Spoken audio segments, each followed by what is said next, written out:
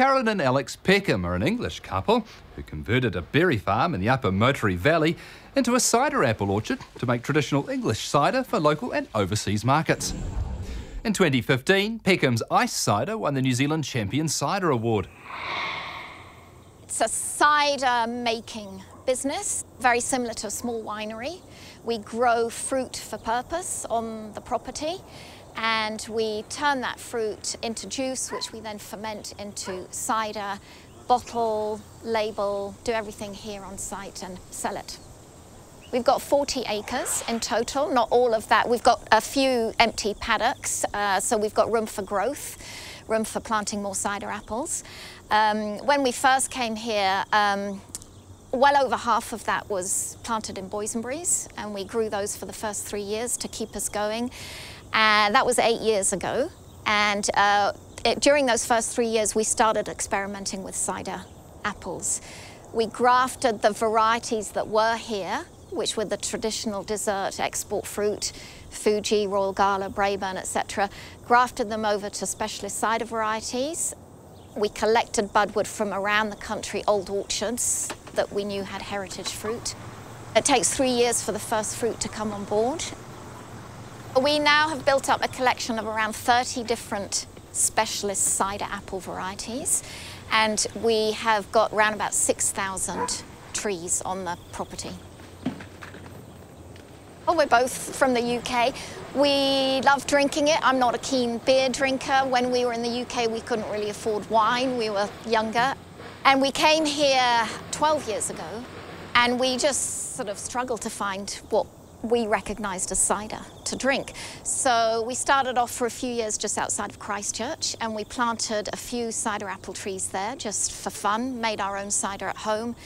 And when we found this bit of land with its beautiful mootery clay, and it grows beautiful tasting fruit, we thought, okay, let's give this a go, and we started grafting over to cider varieties. Our first year of production was tiny, 3,000 litres in the first year. I was selling that at the local farmers market, just word of mouth, and we sold out before we could make any more.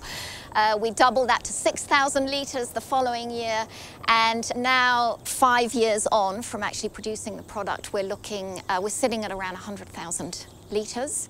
Not massive in terms of volume, but all really high quality pure juice cider, and that's what our passion is, that's what we're interested in.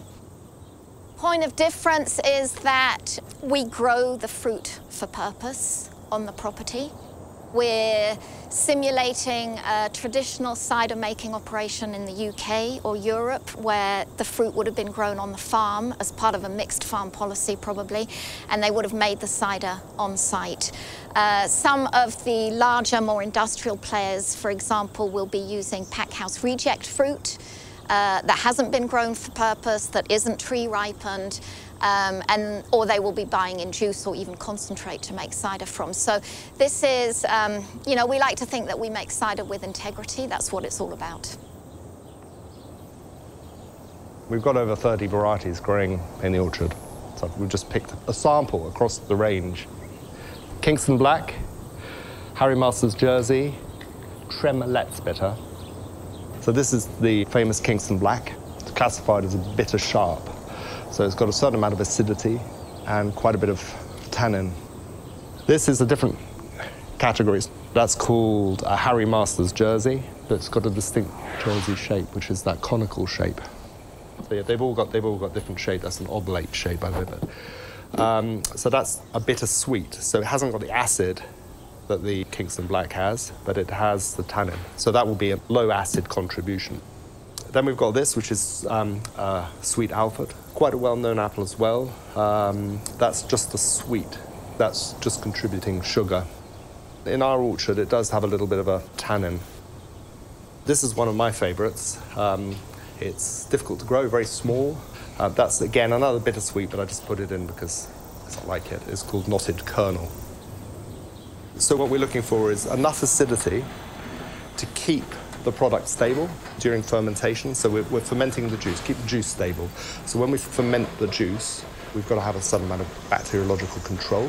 We don't want the wrong things taking over. And in order to achieve that, you need a certain amount of acid.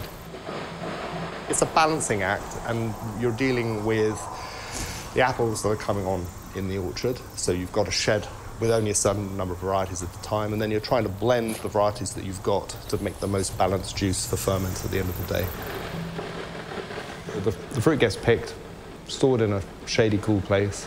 We'll bring the fruit to the cidery. We design the blend according to the fruit. We'll put it through a washer. We'll grade out anything that we don't like the look of. The mill will chop it into small pea-sized chunks. That then gets pumped directly into our press. That type of press, we chose it because it gives us a lot of control over the way in which we can make our cider, and it allows us in particular to macerate the fruit. Sometimes if you macerate the fruit overnight, you get really great tannin softening and extraction at the same time. So we're taking it from the press, pumping it directly into the tank. There's a tiny bit of sulfite involved to kill things that we don't want to take over in the ferment. A large proportion of our ferments are wild, so in other words, we don't even inoculate. We just keep them cool, give them time and let them do their thing, and they slowly tick away.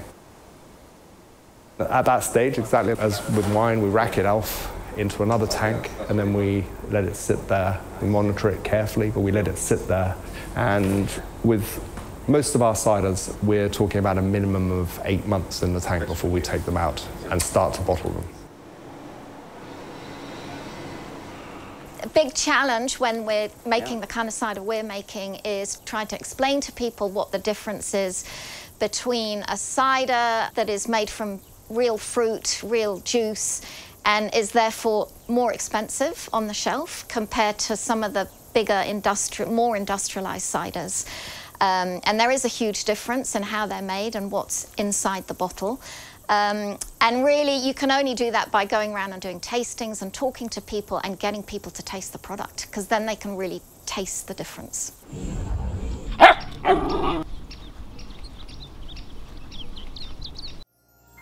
This program was made with funding from New Zealand On Air.